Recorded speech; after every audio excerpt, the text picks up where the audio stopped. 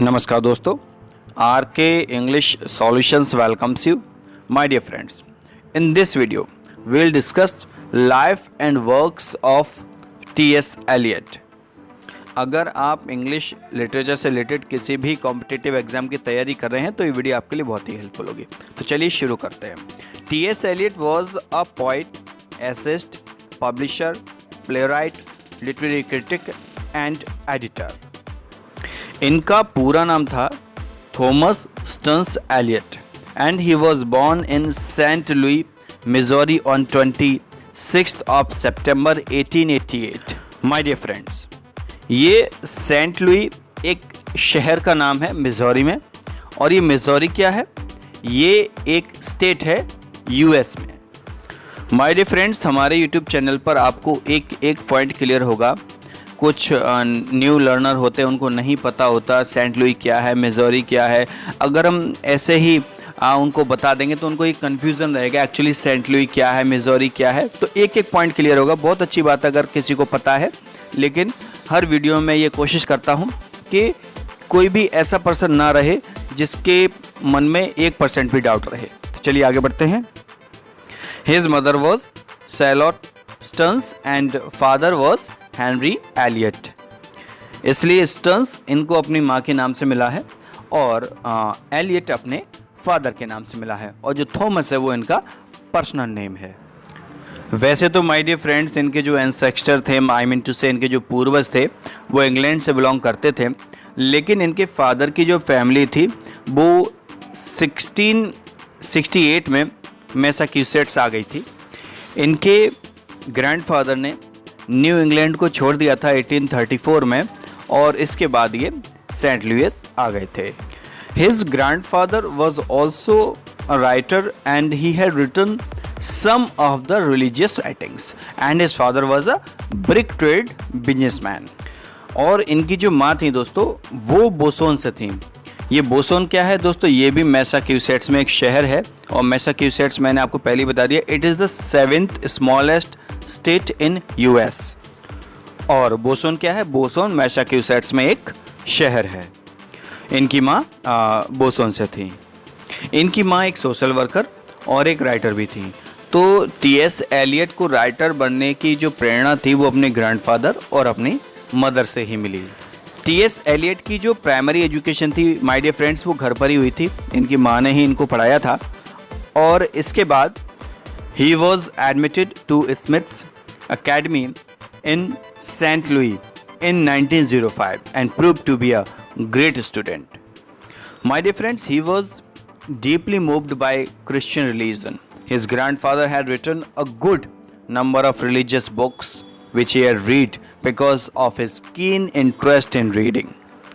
School time में दोस्तों इन्होंने एक बार लैटिन कंपटीशन में पार्टिसिपेट किया था, जहां इन्होंने कुछ पोएम्स लिखी थी, और वही पोएम्स इनकी स्कूल मैगजीन में पब्लिश हुई, तो इनको उसके लिए गोल्ड मेडल भी मिला था। My dear friends, he also learned yachting and during his childhood and became a skilled yacher within a short period। इन्होंने आई मीन टू से नाव चलाना भी सीखा, और बहुत ही कम समय में ये गुड नाविक बन गए, मतलब नाव चलाना इन्होंने सीख लिया। इसके बाद my dear friends, T S. Eliot ने कई सारी रिलीजियस पोएम्स भी लिखी जो कि बाद में पब्लिश हुई। जब ये एक इंग्लैंड में एक फेमस मैगजीन के एडिटर बन गए, उसके बाद इनकी पोएम्स पब्लिश हुई, और फिर इसके बाद इन्होंने 1906 में हार्वर्ड यूनिवर्सिटी में एडमिशन ले लिया। In Harvard he pursued philosophy as his major field of study. As an undergraduate he edited and contributed poems to the Harvard advocate.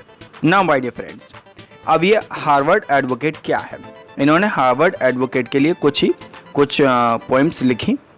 तो ये हार्वर्ड एडवोकेट एक मैगजीन का नाम है, इसको आप याद रखें।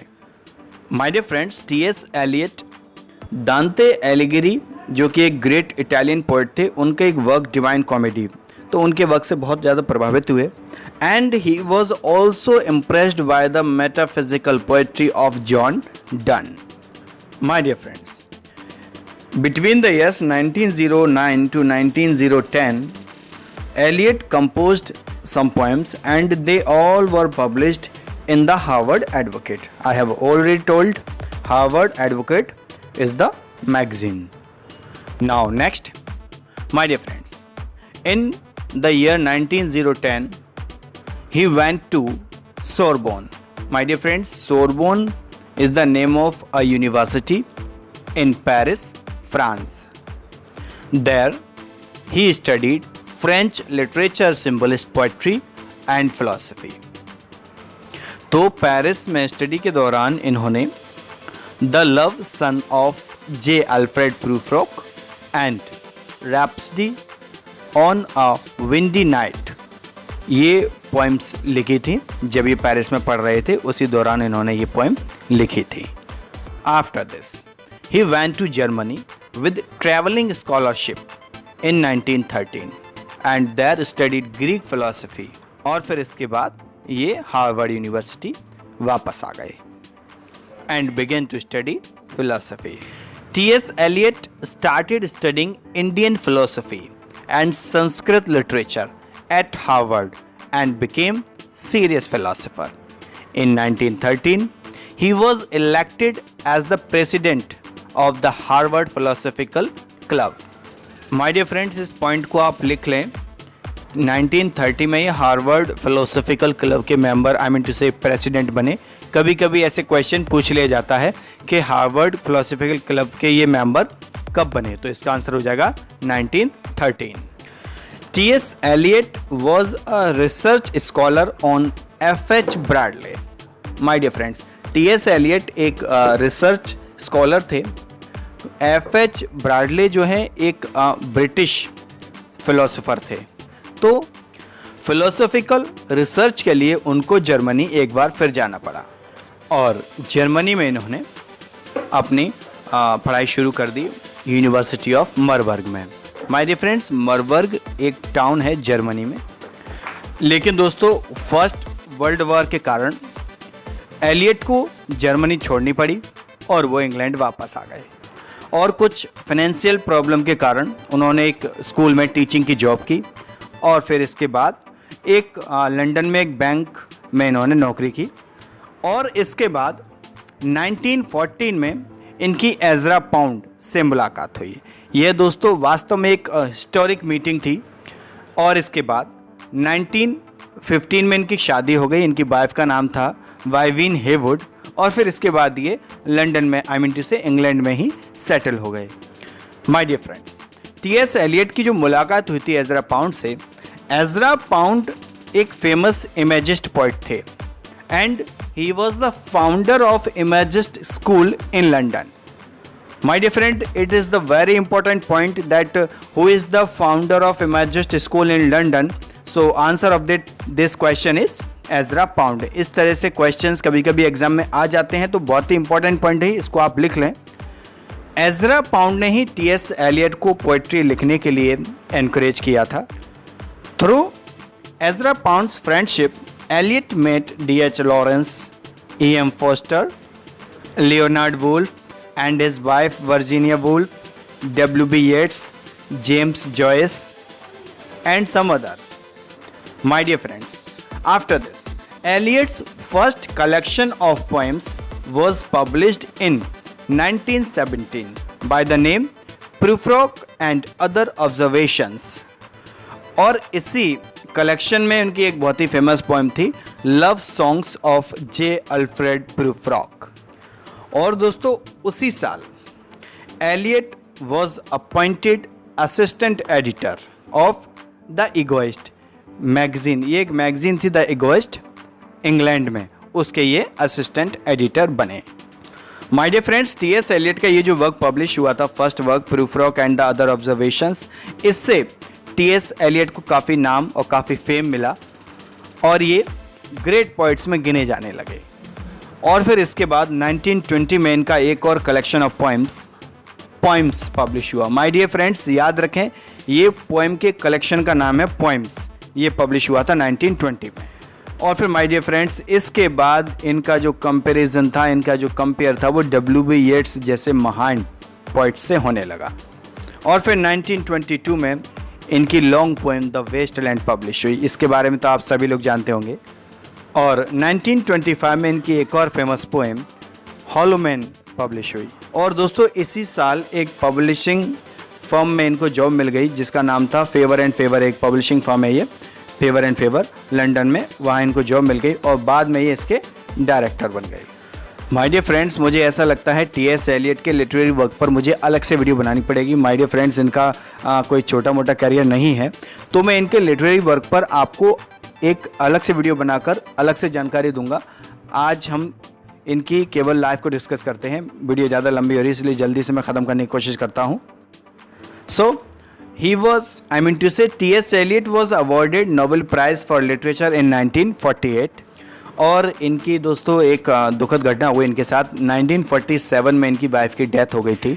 T.S. Eliot एक इम्प्रेसिव पर्सनैलिटी थी माय डियर फ्रेंड्स। ये मतलब बहुत ही दिखने में हैंडसम थे, टॉल थे, बहुत ही गुड लुकिंग पर्सन थे।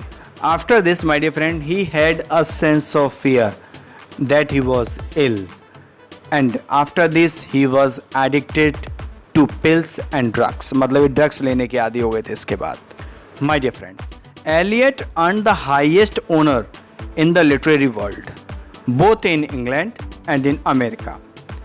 He visited the USA several times as a visiting professor। जैसा कि मैंने आपको बताया था इनकी फर्स्ट वाइफ की डेथ हो गई थी, तो फिर क्या हुआ, इन्होंने जो इनकी प्राइवेट सेक्रेटरी थी उससे इन्होंने शादी कर ली जिसका नाम था मिस वेलरी फ्लेचर। तो 1957 में इन्होंने दूसरी शादी कर ली। जैसा कि मैंने आपको बताया था जब इनकी तबीयत ख़राब हो गई थी तो इनकी सेकंड वाइफ ने ही इनकी बहुत देखभाल की और 4 जनवरी 1965 को लंदन में इनकी डेथ हो गई। And his ashes were buried in the little village of East Coker in Somerset. My dear friends, each and every point is very important, so you can note down and you can take the screenshot. ये दोस्तों Somerset England में एक county है, एक ज़िला है, और उस ज़िले में ये एक छोटा सा गांव है ईस्ट कुकर इंग्लैंड में।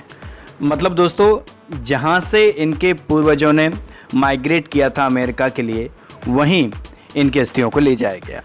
दोस्तों अगर कोई प्रॉपर हमें जानकारी लेनी है तो वीडियो थोड़ी सी लंबी हो ही जाती, थोड़ा टाइम लगता है। ऐसा नहीं है कि जल्दी जल्दी से वीडियो बना दी, जल्दी से ख़त्म कर दी, छोटी सी वीडियो में जानकारी दे दी, तो उसमें क्या होता है जो लर्नर्स होते हैं उनको प्रॉपर इन्फॉर्मेशन नहीं मिलती। लेकिन मेरा ऐसा मानना नहीं है। मेरे चैनल के थ्रू जो भी लर्नर्स सीख रहे होंगे मैं उन्हें प्रॉपर और पूरी जानकारी देने की पूरी कोशिश करता हूं, चाहे वीडियो थोड़ी सी लंबी हो जाए। तो दोस्तों उम्मीद करता हूं वीडियो आपको पसंद आई होगी।